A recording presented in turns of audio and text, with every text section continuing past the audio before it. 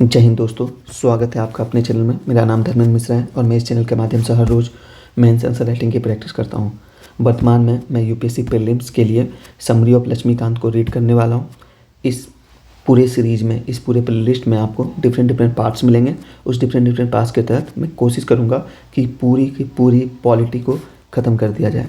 और ये पॉलिटी का रेफरेंस बुक रहेगा लक्ष्मीकांत। मैंने एक लक्ष्मीकांत का नोट्स है मेरे पास, जिसमें लक्ष्मीकांत का कंप्लीट समरी है। मैं उस समरी को रीड करने वाला हूँ। जहाँ भी कोई प्रॉब्लम्स होगा, जहाँ भी मुझे लगेगा कि इलेबोरेट करना चाहिए, मैं उसे इलेबोरेट करूँगा। आशा करता हूँ आपको ये सीरीज़ पसंद आएगी। ये प्लेलिस्ट आपको बहुत ही काम आएगा, क्योंकि एक ही जगह में आप पूरे के पूरे पॉलिटी आपको मिल जाएगी। ठीक है। और एक और अनुरोध रहेगा आपसे कि हमारे पास समय कम है। अगर आपके पास समय कम है और आपको लगता है कि ये वीडियो थोड़ा धीरे जा रहा है, तो आप इसको 1.5x और 2.0x में देख सकते हैं। It's all depend upon you. ठीक है, ताकि समय जल्दी हो और जल्दी हम समरी को कंप्लीट कर ले। ओके, डिफरेंट पार्ट में होगा, प्लेलिस्ट में मिलेगा। तो शुरू करते हैं आज का समरी।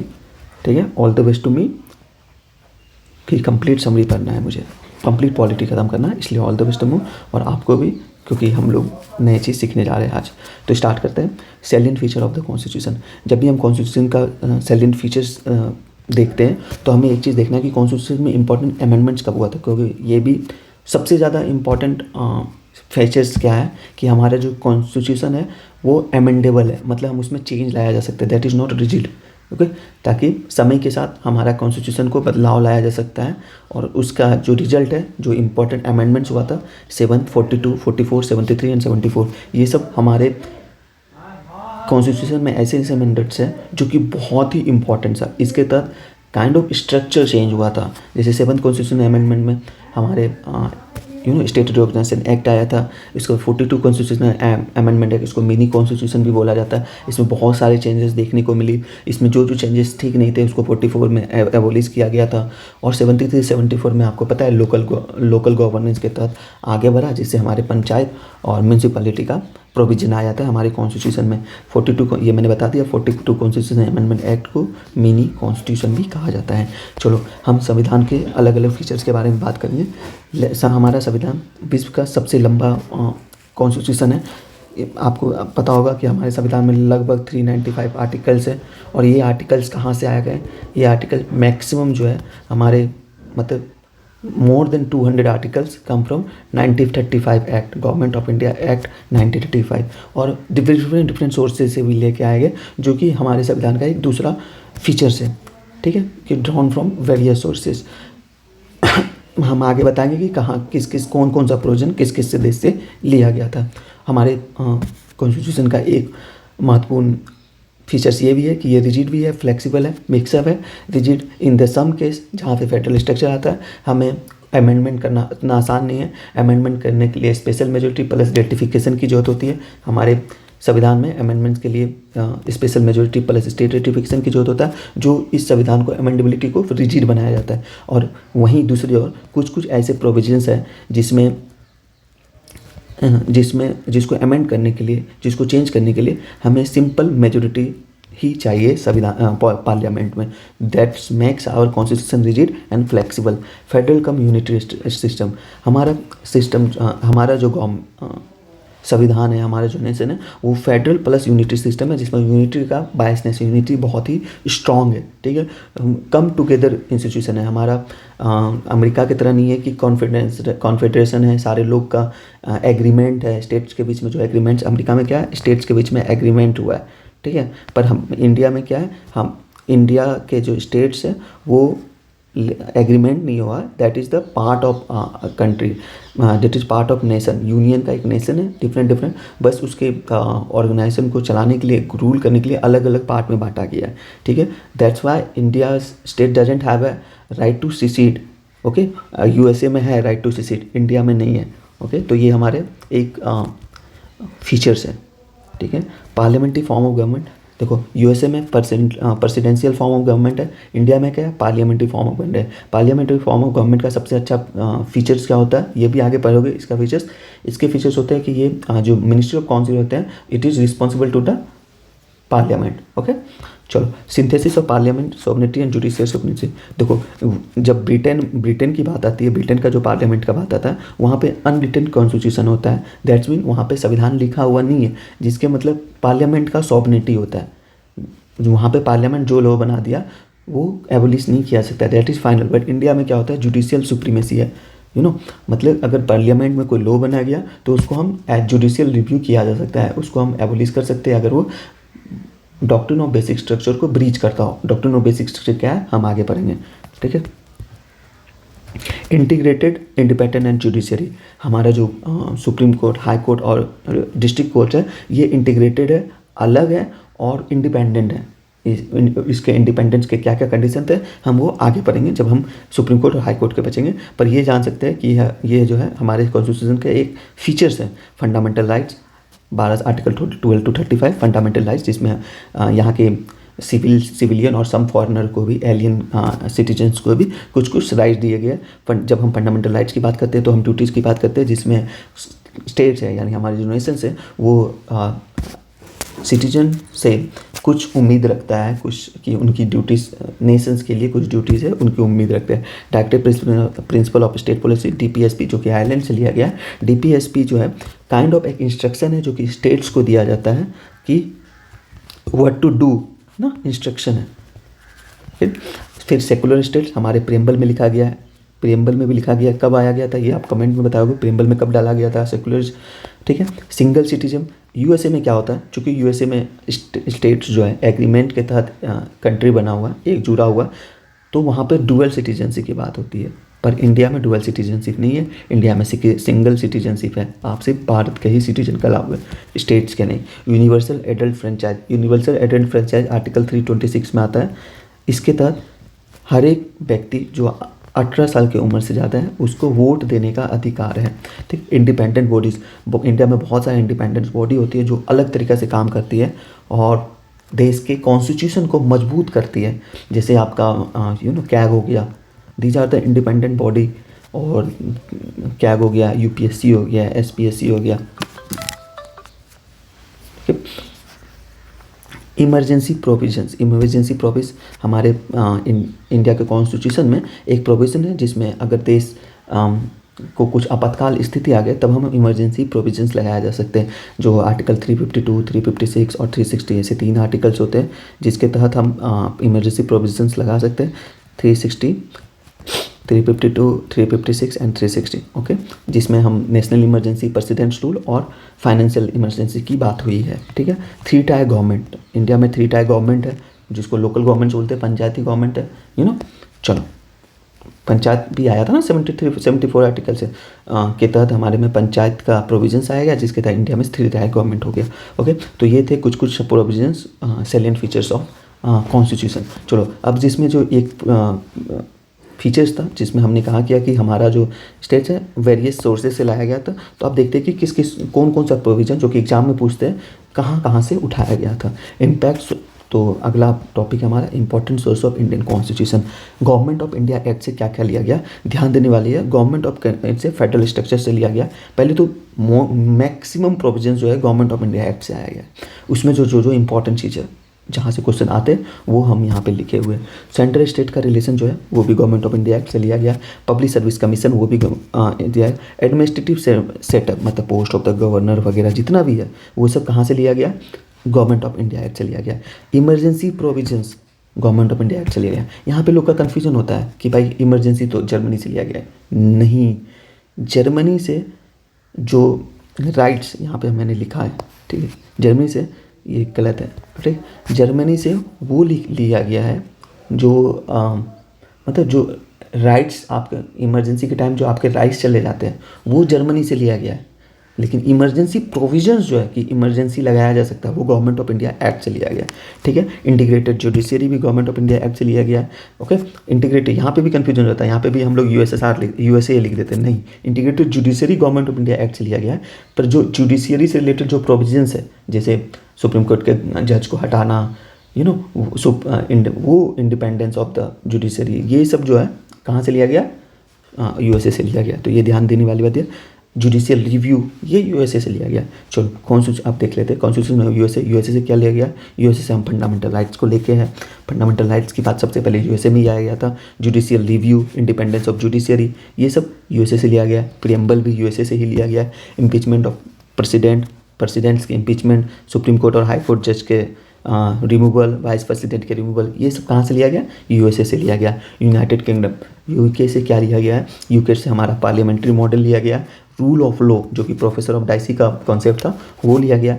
कैबिनेट सिस्टम कि हमारा एक कैबिनेट होगा, काउंसिल्स ऑफ मिनिस्टर्स हो गए, उसमें से जो मुख्य मिनिस्टर होंगे उसका कैबिनेट तैयार किया जाएगा। ये सब हम कहाँ से लिए, यूके से लिया गया। रिट्स जो है, प्रिविलेज है, जो पार्लियामेंट्री प्रिविलेज होता है, ये सब यूके से लिया गया। बाइकैमरेज हो गया, यानी लोकसभा होगा, हाई सभा होगा, 2 हाउस होंगे, ये सब हम कहाँ से लिए, यूके से लिए। सिटीजन सिंगल सिटीजनशिप कहाँ से लिए, यूके से लिए। मैं बार बार इसलिए बोल रहा हूँ ताकि आपको याद हो जाए। सिंगल सिटीजन्स कहाँ से लिए, यूके से लिए। इंडिपेंडेंस ऑफ जुडिशरी कहाँ से लिए, नहीं यूके से नहीं, वो यूएसए से लिए। ठीक है। कॉन्स्टिट्यूशन ऑफ आयरलैंड, आयरलैंड से सबको याद आता है डीपीएसपी लिए। और एक चीज़ ध्यान देने वाला है, डीपीएसपी हमने आयरलैंड से लिया, और आयरलैंड कहाँ से लिया था, आयरलैंड ने स्पेन से इंस्पायर हुआ था। ठीक है। Nomination of member to Rajya Sabha, Rajya Sabha में जो नॉमिनेट करते हैं, कितने मेंबर नॉमिनेट करते हैं, 12 मेंबर नॉमिनेट करते हैं। एक चीज़ और ध्यान में, क्या ये जो 12 मेंबर है, नॉमिनेटेड मेंबर है, जो प्रेसिडेंट के द्वारा नॉमिनेट होता है, क्या ये प्रेसिडेंट के इलेक्शन में वोट दे सकते हैं, नहीं दे सकते हैं। ठीक है। ये प्रेसिडेंट के इलेक्टोरल रोल में नहीं आता है, इलेक्टोरल रोल में नहीं आता है। इलेक्शन प्रेसिडेंट ऑफ मेथड्स, ये कहाँ से लिया गया, आयरलैंड से लिया गया। Constitution of Canada, constitution of Canada, Canada के कॉन्स्टिट्यूशन से क्या लिया गया, रेसिडुअल पावर लिए गए, जो कि सेंटर के बाद में स्ट्रॉन्ग सेंटर लिए, कि सेंटर और इंडिया, सेंटर और स्टेट के बीच में जब रिलेशन होगा, कंपेयर करेंगे, पावर का कंपेयर करेंगे, तो उसमें सेंटर जो है स्ट्रॉन्ग रहेगा। एमपी और एमएलए का privilege, appointment of government, advisory jurisdiction of supreme court, ये सब कहाँ से लिए गया, कॉन्स्टिट्यूशन ऑफ कनाडा से लिया गया है। कॉन्स्टिट्यूशन ऑफ यूएसएसआर, देखो ये कन्फ्यूजन करेगा, आप एडवाइजरी जुडिशरी आप यूएसए मार दोगे, नहीं, advisory judiciary of supreme court कहाँ से लिए गए, कनाडा से लिए गए। USSR, constitution of Canada, USSR यानी सोवियत संघ, सोवियत संघ से हमने क्या क्या लिया, ड्यूटी आइडल ऑफ जस्टिस, ये fundamental duty ideal of justice, ये सब कहाँ से लिए गए, और यूएसएसआर से लिए गए। ऑस्ट्रेलिया, ऑस्ट्रेलिया से हमने क्या लिया, कॉन्करेंट लिस्ट लिया है। Joint sitting of parliament, joint sitting of parliament, ये कहाँ से लिए, ऑस्ट्रेलिया से लिए। ठीक है। ध्यान देने वाले होते हैं। Germany, constitution of Germany, Germany से हमने इमरजेंसी प्रोविजंस नहीं लिया है, जो राइट्स का एवोल्यूशन होता है वो हमने कहाँ से लिया है, जर्मनी से लिया है। Okay. Rights of evolution, evolution of rights during emergency, that provision has taken from constitution of Germany. ध्यान देने वाली बात है यार। कॉन्स्टिट्यूशन ऑफ साउथ अफ्रीका, भाई यहाँ से हमने अमेंडमेंट का लिया है, कॉन्स्टिट्यूशनल अमेंडमेंट जो का आर्टिकल 368 में आता है, वो हमने कहाँ से लिया है, कॉन्स्टिट्यूशन ऑफ साउथ अफ्रीका से लिया है। चलो, जापान के कॉन्स्टिट्यूशन से क्या लिया, प्रोसीजर स्टेबलाइज्ड बाय लॉ, कि जितने भी प्रोसीजर्स हो गए जो लॉ में लिखा है वही प्रोसीजर को हम फॉलो करेंगे, वो जापान में लिया है। फ्रांस से हमने क्या लिया, फ्रेटर्निटी, लिबर्टी और इक्वलिटी, बहुत ही पॉपुलर कॉन्सेप्ट है जो कि फ्रांस से ही आया है। चलो अब हम अगले चैप्टर के 2 चैप्टर हमने खत्म कर लिया है 13 मिनट के अंदर। अब अगले चैप्टर्स पे आते हैं जो कि बहुत ही इंपॉर्टेंट, जैसे क्वेश्चंस आते हैं प्रियम्बल, जो कि उसके ये सब जो है समरी लक्ष्मीकांत है, ये सारे लक्ष्मी के इंपॉर्टेंट पॉइंट्स वन लाइनर में मैंने वन लाइनर में लिखा के रखा हुआ है जो मैं पढ़ रहा हूँ। ठीक है। और ये बहुत ही इंपॉर्टेंट है, आप अगर इसको पढ़ रहे हैं, ध्यान से देख रहे हैं, अगर आप नोट्स बना रहे हो, अगर आपको चाहिए होगा तो मैं ये वाला नोट्स भी आपको दे दूँगा, ये जो समरी है ये भी दे दूँगा। ठीक है। पर इसको ज़रूर फॉलो करो, और जहाँ भी कोई भी डाउट आ रहा है तो आप तुरंत कमेंट करो, I will reply as soon as possible. चलो स्टार्ट करते हैं तीसरा chapter, preamble. It refers to the introduction और प्रीफेस टू द कॉन्स्टिट्यूशन। देखो प्रेम्बल क्या होता है, इंट्रोडक्शन देता है किसका, कॉन्स्टिट्यूशन का। पहले तो प्रेम्बल आया कहाँ से, प्रेम्बल हमने भारत में प्रेम्बल कहाँ से लेके आया है, इंस्पायर कहाँ से हुए थे, यूएसए से इंस्पायर हुए थे। ठीक है। यूएसए के कॉन्स्टिट्यूशन में प्रेम्बल होता है, तो हमने भी लिखा कि हमारे कॉन्स्टिट्यूशन में प्रेम्बल होगा। पर ये तो ये था, लेकिन कॉन्सेप्ट कहाँ से है, सबसे पहली बार कहाँ से है, सबसे पहली बार इंडिया कॉन्स्टिट्यूशन जो है ऑब्जेक्टिव रेजोल्यूशन था, जो कि पंडित नेहरू के द्वारा मूव किया गया था, उसका ही एक्सट्रैक्टेड फॉर्म है। पंडित नेहरू ने हमारे ऑब्जेक्टिव रेजोल्यूशन लाया गया था, उसमें कहा गया था कि हमारे भारत का रिजोल्यूशन क्या होना चाहिए, ऑब्जेक्टिव क्या होना चाहिए, वो जो उस समय पंडित नेहरू जी ने बताया था वही हमारे प्रेमबल में लिखा गया है। It has been amended by 42 constitution amendment act. जो ऊपर मैंने क्वेश्चन पूछा था कि सेकुलर भारत का वन ऑफ द फीचर्स था इंडियाज़ का कि India is secular country, India is secular country, और वो सेकुलर प्रेमबल में कब जोड़ा गया था, ठीक है, प्रेमबल में जोड़ा गया था 42 कॉन्स्टिट्यूशनल अमेंडमेंट एक्ट के तहत, ठीक है। सोशलिस्ट, सेकुलर और इंटीग्रिटी, ये 3 वर्ड जोड़ा गया था। अच्छा, एक चीज़ क्वेश्चन आता है जनरली, क्या 42 कॉन्स्टिट्यूशनल अमेंडमेंट एक्ट जोड़ने के बाद ही भारत सेकुलर बना था? नहीं, सेकुलर कंट्री का जो प्रोविजंस थे, डिफरेंट प्रोविजंस इंडिया के कॉन्स्टिट्यूशन में बहुत पहले से दिया गया था, आर्टिकल 25, 26, 27, 28, ये क्या है, ये भारत का सेकुलर प्रोविजन ही है। इसमें हम हर रिलीजन्स की बात करते हैं, हर रिलीजन्स को सपोर्ट करने की बात करते हैं, रिलीजन्स का इक्यू डिस्टेंस रखते हैं, जरूरत पड़ने पे हम रिलीजन को इंडिया का कानून जो है वेस्टर्न सेकुलरिज्म से थोड़ा अलग हो जाता है, इंडियन सेकुलरिज्म, क्योंकि हम यहाँ पे जरूरत पड़ने पर रिलीजन्स पे इम्पैक्ट भी करते हैं, रिलीजन में थोड़ा चेंज भी लेके आते हैं। कैसे? सबरीमाला में मंदिर में अलाउ नहीं था वुमेन, हमने उसमें चेंज किया। हमने मुस्लिम में तीन तलाक जो कि गलत माना जाता था उसको एबोलिश किया गया।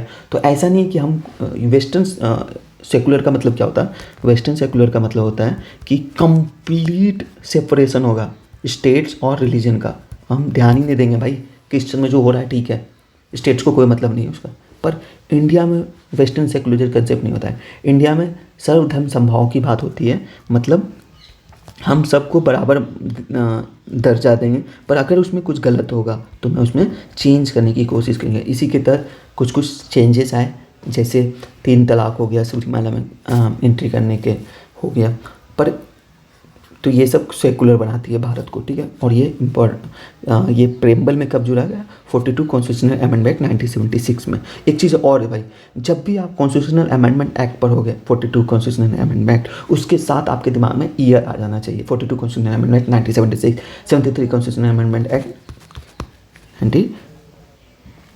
1993, ऐसे आपका ईयर आ जाना चाहिए आपके दिमाग में, ऐसे याद करना है। चलो, preamble is a part of, preamble से क्वेश्चन पूछता है कि preamble is the part of constitution. तो इसके तहत इसमें यहाँ पे लिखा है कि preamble is the part of constitution and therefore it can be amended. ये केसवानंद भारती केस में 1973 में आ गया था। क्या शुरू से ये माना गया था कि preamble part of the constitution है? नहीं, इसके तहत A.K. गोपालन केस हुआ था सबसे पहले। A.K. गोपालन केस जो कि 1950 में हुआ था, A.K. गोपालन केस 1950। इसके तहत बताया गया, उसमें लिखा गया था कि प्रेमबल इज नॉट, इसमें जजमेंट आया गया था preamble is not a part of constitution, okay. फिर उसके बाद एक और केस हुआ था, बेरीवारी यूनियन केस। इस बेरीवारी यूनियन केस में ये बताया गया था कि इसमें भी यही जजमेंट आया गया था, बस उसको अफर्म कर दिया कि preamble is not part of the constitution. पर केशवा भारती कास जो कि बहुत ही फेमस जजमेंट है, इसमें इन दोनों केस को ओवर रूल कर दिया गया और इसमें बताया गया कि प्रेमबल भी जो है पार्ट है किसके? कॉन्स्टिट्यूशन के। और जब कॉन्स्टिट्यूशन के पार्ट है, जब कॉन्स्टिट्यूशन को हम अमेंड कर सकते तो इसको भी अमेंड कर सकते हैं। पर इसी केशवानंद भारती केस में एक टर्म लेके आया गया था, डॉक्ट्रिन ऑफ बेसिक स्ट्रक्चर। मतलब हम जब भी कॉन्स्टिट्यूशन के किसी भी पार्ट को अमेंड करने की कोशिश करेंगे तो हम इसमें देखेंगे कि it should not be breach the concept doctrine of basic structure, okay, ये ध्यान रखना, it should not be breach the doctrine of basic structure. तो ये सब concept doctor Kesavananda Bharati case में आया था, DOBS, ठीक है, डॉक्ट्रिन ऑफ बेसिक स्ट्रक्चर, जो कि बहुत ही इंपॉर्टेंट है जुडिशियल रिव्यू में, इसका बहुत ही ज़्यादा काम आता है इंटरप्रिटेशन के लिए।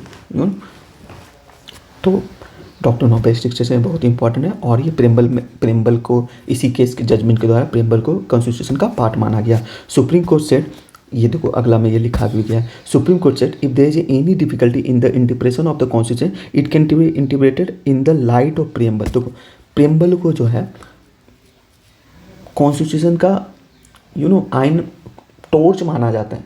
लाइक अगर कोई भी प्रॉब्लम्स आ रहा है कॉन्स्टिट्यूशन को अमेंडमेंट करने में, तो हमें देखना है कि प्रेमबल में वो वर्ड्स दिया है। अगर प्रेमबल में वो वर्ड दिया है दैट्स मीन वो जो है ना बहुत ही बेसिक स्ट्रक्चर है। हम लोग कॉन्स्टिट्यूशन में वो बदलाव नहीं कर सकते जिसमें सेकुलर ब्रीच हो, क्योंकि ये डॉक्ट्रिन ऑफ बेसिक स्ट्रक्चर है। हम वो बदलाव नहीं कर सकते हम जिसमें हमें एक्सप्रेशन जो होता है, लिबर्टी ऑफ एक्सप्रेशन, थॉट, ये सब ब्रीच हो। तो ये सब अगर इंटरप्रिटेशन करना होता, सुप्रीम कोर्ट को कभी भी कॉन्स्टिट्यूशन में इंटरप्रिटेशन करना है और लगे कि ये कोई लॉ है जो कि गलत बन गया और उसको हम देखना है कि वो उसका जो डिस्कशन है, प्रेम्बल में भी दिया गया है, तो हम इसको जुडिशियल रिव्यू के तहत में एबोलिश कर सकते हैं। ठीक है, ये काइंड ऑफ एक ना गाइड के तरह काम करता है। ठीक है, किसके लिए? सुप्रीम कोर्ट के लिए प्रेम्बल। चलो अब जो इम्पोर्टेंट वर्ड होता है हाँ जो कि प्रेम्बल में, उसके बारे में हम इलोबरेट करते हैं कि प्रेम्बल में सोवरिन लिखा हुआ है। सोवरिन का मतलब क्या होता है कि कोई भी बाहर का कोई भी देश, बाहर का कोई भी पावर हमें दबाव नहीं डाल सकती है। The country will take their decision by their own without any pressure, without others pressures. Okay, so it implies that India is neither a dependency nor a dominion of any other nation but a independent states. चलो socialist का मतलब क्या होता है? It means aim of the constitution is bring about socialist pattern of the society. India follow है democratic. Socialist आपको पता ही है कि भाई सबका राज हो, सबको बराबर मिले, जो आर्टिकल 39 में अच्छे से दिया गया है, सबको ये हुआ। और दो कॉन्सेप्ट आता है, गांधीयन सोशलिज्म और मार्क्सिस्ट सोशलिज्म। गांधीयन और सोशलिस्ट दोनों का जो कॉमन गोल होता है कि स्टेटलेस सोसाइटी बन जाए लास्ट में जाके। ठीक है, स्टेटलेस सोसाइटी, ये क्वेश्चन भी आया था। ठीक है, दोनों गांधी स्टेटलेस सोसाइटी। सोशलिज्म का फाइनल गोल यही होता है कि हम स्टेटलेस सोसाइटी बन जाए, मतलब ऐसा सोसाइटी आ जाए जिसमें बाद में हमें कोई रूल करने के लिए कोई सरकार की जरूरत ना पड़े। बेसिकली यही है। ठीक है, सेकुलर हमने समझा दिया कि हर रिलीजन से हम इक्वी डिस्टेंस रखेंगे। ओके, सर्व धर्म समभाव की बात रखेंगे। तो ये एक समभाव, ये वर्ड्स प्रेम्बल में दिया गया। डेमोक्रेटिक का मतलब क्या है कि हमारा जो लीडर्स रहेगा वो पब्लिक के द्वारा इलेक्टेड रहेगा। ओके, तो ये डेमोक्रेटिक हो गया। देखो डेमोक्रेटिक दो टाइप का होता है, एक डायरेक्ट डेमोक्रेसी होता है और एक इनडायरेक्ट डेमोक्रेसी होता है। डायरेक्ट डेमोक्रेसी में क्या होता है? 4 टर्म याद रखना, रिफ्रेटिव, इनिशिएटिव, रिकॉल और प्लेबिस्टाइन। इनडायरेक्ट डेमोक्रेसी क्या होता है? Representative elected by the people exercise the supreme power. मतलब जो डायरेक्ट डेमोक्रेसी में जो भी जनता जो इंपॉर्टेंट चीज़ होता है वो जनता डायरेक्ट डिसीजन लेती है वोट के तहत। पर इनडायरेक्ट डेमोक्रेसी में क्या होता है? हम एक रिप्रेजेंटेटिव चूज करके रखे हैं, जो देश के जो भी फैसला होते हैं डिसीजन से हम उस रिप्रेजेंटेटिव के द्वारा करवाएंगे। ठीक है, वो इनडायरेक्ट डेमोक्रेसी होता है जो कि इंडिया में फैलाता है। डायरेक्ट डेमोक्रेसी जो कि स्वीडन वगैरह फिनलैंड वगैरह में है, जैसे रेफरेंडम। इसमें क्या होता है? जनमत होता है, इनिशिएटिव होता है, कोई भी लॉ वगैरह बनेगा तो पब्लिक इनिशिएट कर सकती है, जनता खुद इनिशिएट कर सकती है। अगर उसको कोई नेता पसंद नहीं आया तो राइट टू रिकॉल उनके पास है कि उस नेता को हटा दिए पद से। प्लेबिस्टाइन है।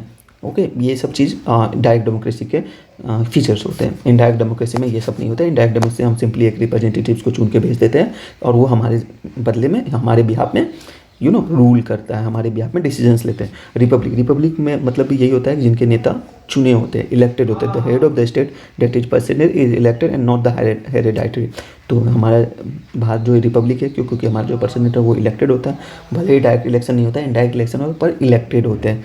वहीं ब्रिटेन में इलेक्टेड नहीं होते। ब्रिटेन की जो क्राउन है वही वहाँ की हेड ऑफ द स्टेट्स होते हैं। जस्टिस कहाँ से लिया गया था? Social, economical and political justice है, यूएसएसआर का कंसेप्ट है। ठीक है, ओके। लिबर्टी हमारे इंडिया में किस लिबर्टी एक अलग ही पॉलिटिकल कॉन्सेप्ट है। ठीक है, पॉजिटिव लिबर्टी, नेगेटिव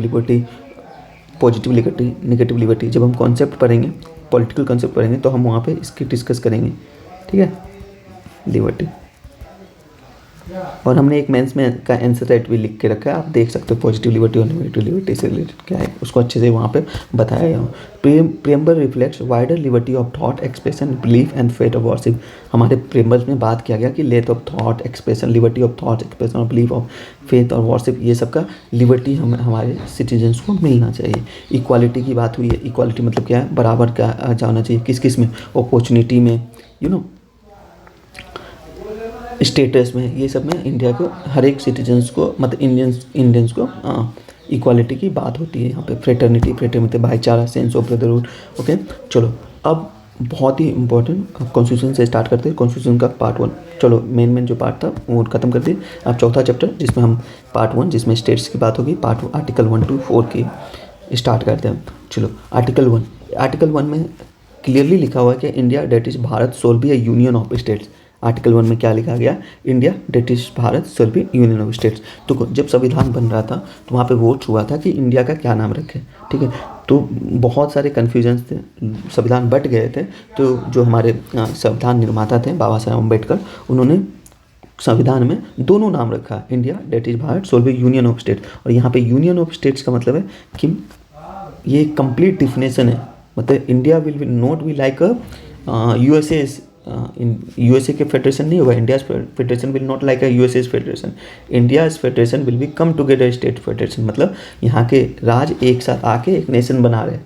ओके, यहाँ पे राइट टू सिसीड नहीं है, जैसा कि मैंने बताया गया इंडिया के स्टेट्स को राइट टू सिसीड नहीं दिया गया है, इंडिया यूनियन ओके नहीं दिया गया है। यहाँ पे यूनियन हमेशा ओवर पावर करता है, जब भी पावर की बात आती है तो ये प्रिवेल करता है यूनियन का पावर। ओके, यूनियन लिस्ट में जो पावर दिया गया वो प्रिवेल करता है। तो पहला आर्टिकल में यही है, India that is Bharat shall be union of state. Second article, the state is territory shall be as spare in the first schedule. तो जितने भी स्टेट्स हैं भारत के उनके बारे में आर्टिकल 2 में दिया गया है, आर्टिकल 1 के 2 में दिया गया हुआ है। आर्टिकल 1 के 3 में क्या दिया है, the territory of shall India comprise territory of state. Territory, अभी देखो इसमें दो चीज़ें, टेरिटरी वर्ड्स है। टेरिटरी मतलब क्या होता है, टेरिटरी में दो चीज़ आता है कि भाई जो उस स्टेट का टेरिटरी होता है, union territory specified in the first schedule, such other territory as may be acquired. Territory मतलब जो दे वहाँ पे स्टेट में जितना पार्ट है प्लस वो सारा भाग जो हमको लगता है कि बाद में इंडिया का हो जाएगा, वो सब इंडियन टेरिटरी होता है। Did you get my point? Okay, चलो।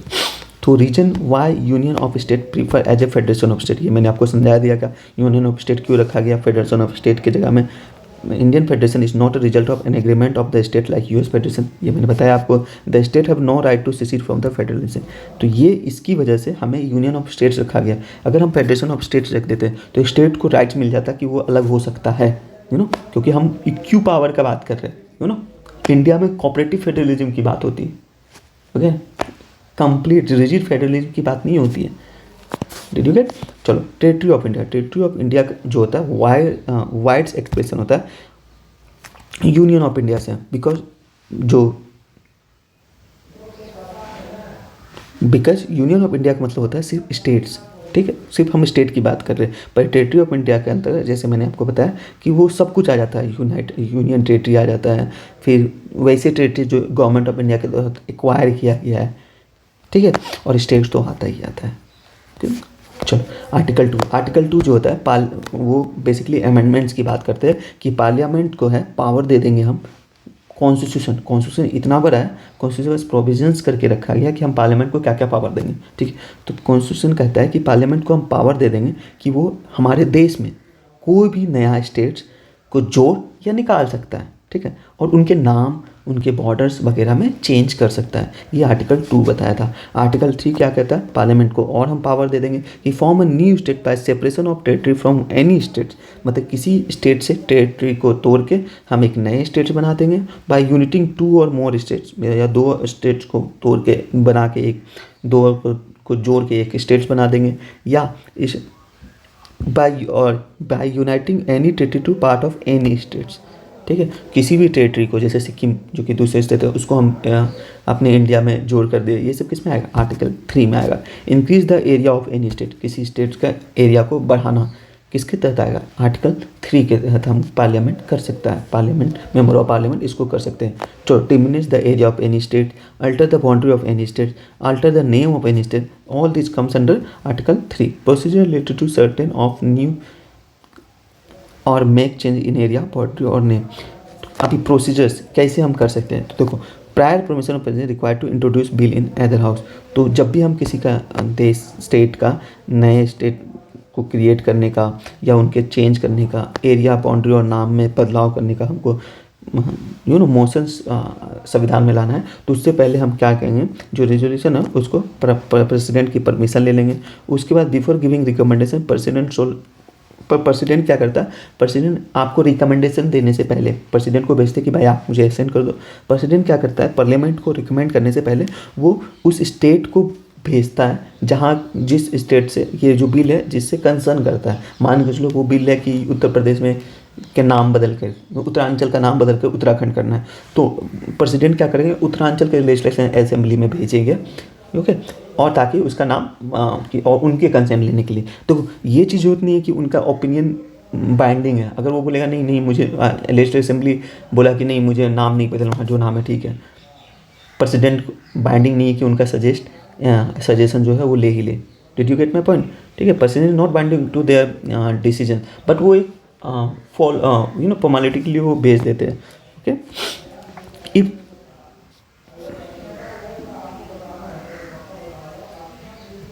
चलो, parliament is not bound to act in accordance with the opinion of state legislature. सही है, मैंने बोल दिया। To get this bill pass in the parliament simple majority is required. Okay, दो type का होता है, फिक्स मेजोरिटी होता है, सिंपल। हमारा इंडिया फिक्स है और फ्लेक्सिबल है। फ्लेक्सिबल क्यों है? क्योंकि हमारे पास कुछ प्रोविजंस है जिसको अमेंड करने के लिए सिंपल मेजोरिटी चाहिए, तो सिंपल मेजोरिटी से हम इसके नाम वगैरह चेंज में कर सकते हैं। Okay, no reference in the case of UT. मतलब रेफरेंस क्या, हम no reference in case of UT, इसका मतलब क्या, जब हम यूटी यूनियन टेरिटरी में कुछ बदलाव लाना चाहते हैं तो पार्लियामेंट क्या करेगी, उसको प्रेसिडेंट के पास भेजेगी। प्रेसिडेंट क्या करता है, स्टेट को भेजता था उनके रेफरेंस के लिए, पर यहाँ पे तो यूटी में तो स्टेट नहीं है, प्रेसिडेंट इज द हेड, तो प्रेसिडेंट किसी को रेफरेंस के लिए नहीं भेजेगा यूनियन टेरिटरी में। प्रेसिडेंट अगर असेंट दिया है तो वही मान लिया जाएगा। टेरिटरी की इंटीग्रिटी और continued existence of any state is not guaranteed by the constitution. Did you get my point? ये continued existence of any state is not guaranteed by the constitution. Constitution ये गारंटी नहीं करता है कि बिहार अगर इतना बड़ा है तो आगे भी बिहार इतना ही बड़ा रहेगा। Okay, did you get my point? तो जो भारत किसी भी स्टेट की जो प्रेजेंट स्टेटस है उसको परमानेंटली गारंटी नहीं करता constitution. That can be change, और चेंज कैसे कौन कर सकता है? पार्लियामेंट कर सकता है। पार्लियामेंट के पास पावर है, और वो भी सिंपल मेजोरिटी के तहत। उनको ऐसा नहीं कि स्पेशल मेजोरिटी चाहिए, स्टेट का स्टेट का रेटिफिकेशन चाहिए। That doesn't require. पार्लियामेंट में can any time change the geography map name of any states, okay, bye its own. That's why union of states, that's why it is called union of state, जहाँ union को power ज़्यादा है। Okay, कहाँ से लिया गया union का power ज़्यादा? कनाडा से लिया गया है। चलो, आर्टिकल 4 में क्या है? According to article 4 such a bill itself contain the provision for amendment of schedule 1 and for this no separate constitutional amendment under article 368 required. देखो, इसके लिए कॉन्स्टिट्यूशनल अमेंडमेंट एक्ट की जरूरत नहीं है, ये इसी के तहत हो गया। ये इसमें कॉन्स्टिट्यूशन में प्रोविजन दे दिया गया है। ठीक है, did you get my point? अगर हम कोई भी जैसे तेलंगाना बनेगा, ठीक, तो तेलंगाना बनाने के लिए हमें एक अलग से कॉन्स्टिट्यूशनल अमेंडमेंट बिल लाने की जरूरत नहीं है। तेलंगाना स्टेट जो 2 जून 2014 को बना तेलंगाना स्टेट, ओके, उसके लिए इंडियन कॉन्स्टिट्यूशन को अलग से बिल लाने की ज़रूरत नहीं है। वो जो कॉन्स्टिट्यूशनल अमेंडमेंट बिल लाने की जरूरत नहीं है, इसका प्रोविजन इसी आर्टिकल में दिया गया, आर्टिकल 3 में दिया गया।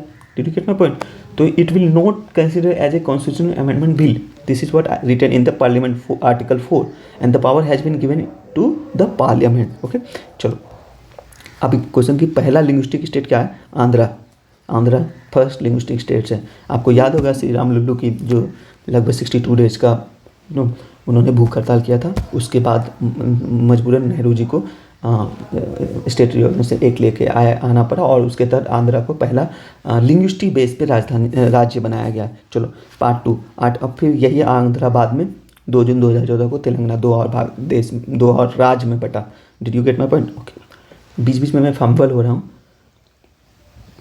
आप समझ सकते हो, मेरा पहला बार ऐसा कुछ एक्सपेरिमेंट है, that's why I am doing this. चलो, अगला चैप्टर रहेगा पार्ट 2 आर्टिकल 5 to 11 सिटीजनशिप के बारे में। ठीक है, चलो, 30 मिनट का वीडियो बन गया है ये। इसके लिए मैं पार्ट 2, आप इसी प्ले लिस्ट में पार्ट 2 में आपको इसके आगे का 30 मिनट का वीडियो दिखेगा।